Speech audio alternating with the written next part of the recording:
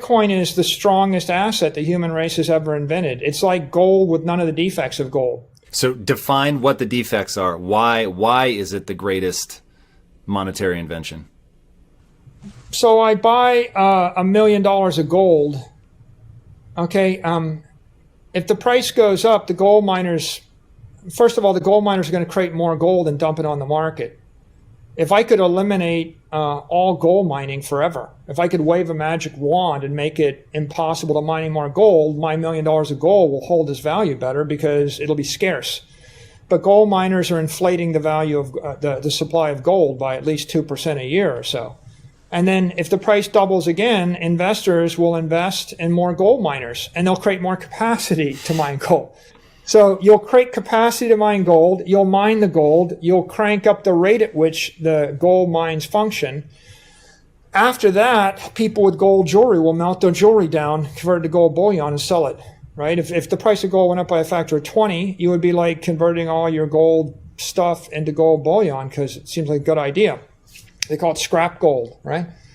And then after that, bankers will issue gold warrants and gold paper and gold derivatives, and they'll sell them short without the gold because they can speculate in it, and they don't have to have a one-for-one coverage of gold to the gold derivatives.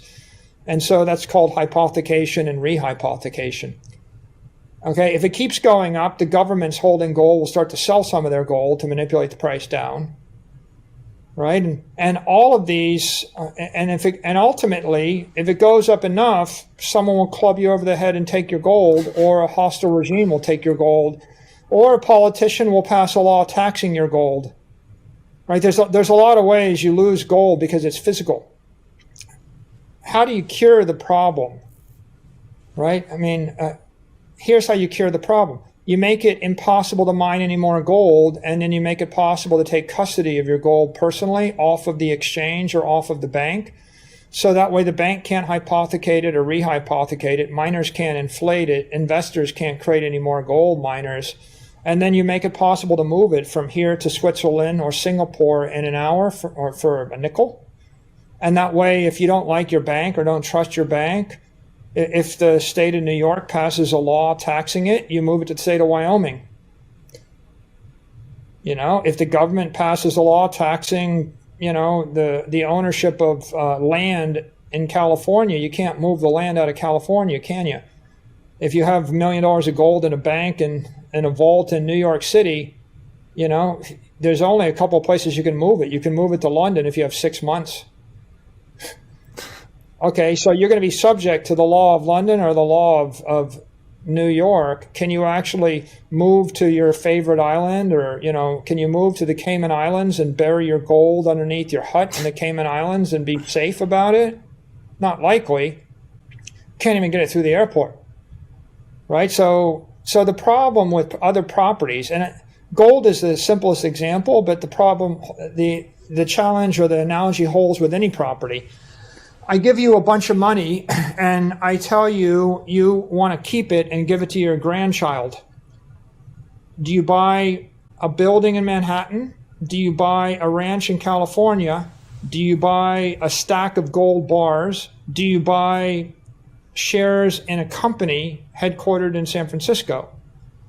Do you buy bonds issued by a government or a company? Or do you buy Bitcoin? And you can see the problem, of course, is the debt is devaluing rapidly. The land in California can be taxed and is not movable. You know, the building in New York is not going anywhere. It might be valuable to a rich person that lives in New York. What about a rich person that lives in Beijing? Do they want your building in New York? How are you going to hide your building, right? Buildings get property taxed. There's a very famous story about, you know, a bunch of luxury, you know, yachts sitting in Sardinian port, and the locals decided that it wasn't fair that all these rich people were sitting on their yachts in the port, spending all this money, but they weren't paying enough taxes. Now, they were putting millions and millions of euros into the economy, but they came up with the idea that they were going to put a tax on the yacht, on the value of the yacht. And so they passed a yacht tax that would have cost people millions or tens of millions of euros if they stayed in that port. And everything was happy, and all the restaurateurs and the hotelers and the entertainment people in the port, they were all happy, making tons of money off the yachts until the day before the tax went into place. And the morning that the tax went into place, the port was empty and the economy died. Everybody left because yachts are floating capital. It just moves. It's floating property, right? So it's a very visible example, right? Why it's not that smart to put an unfair tax or an extreme tax on a yacht if people can float the yacht to the next port, 100 miles to the left. So one would be discouraged from taxing stuff that floats. On the other hand, taxing a building that's buried, 100 feet down in the bedrock, that's easier. You can't move the building. So Bitcoin represents the apex property rights of the human race. Like I'm not disputing the ability or the, legitimacy of a government to pass a tax. At the end of the day, they can tax your gold, they can tax your stocks, your bonds, your building, yourself, your income, whatever they want. But the point really is you're a lot more likely to tax the stuff that you walk past, every day on the way to work. And legitimately, you can move yourself and you can move your property, if it's crypto, to another jurisdiction, but you can't legitimately move a ranch in California. So your property rights are stronger and the value of the property is higher. Right? You have a valuable thing in Manhattan. It's interesting to other wealthy people in Manhattan, but when you have Bitcoin, it's interesting to wealthy people everywhere on earth. Right? You can liquidate $1 billion of Bitcoin on the weekend in any currency, any time. Try liquidating $1 billion building. Right? That's a 3-year process, right? So it's liquid, it's fungible, it's desirable. And so that's what makes the asset valuable, and it's the most difficult thing to impair. Tom, once I had $1 million seized by the Argentine government. Here's how it happened. I had $1 million in a bank in Argentina in dollars, and it was a U.S. bank.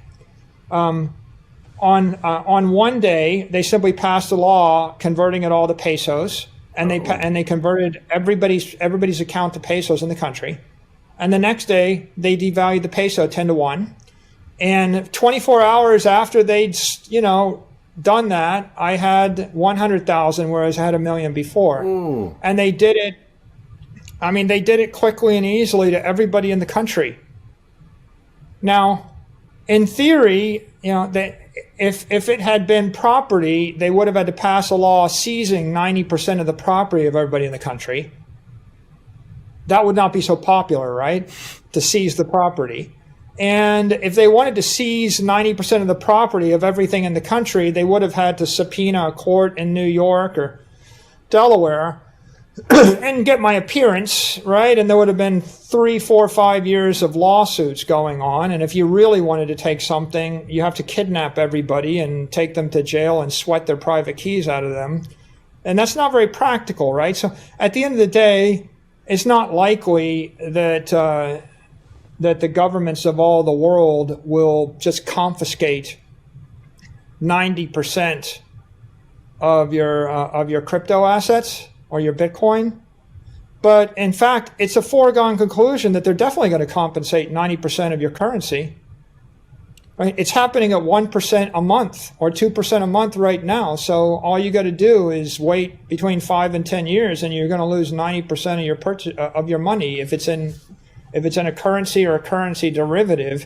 And they don't even have to pass a law.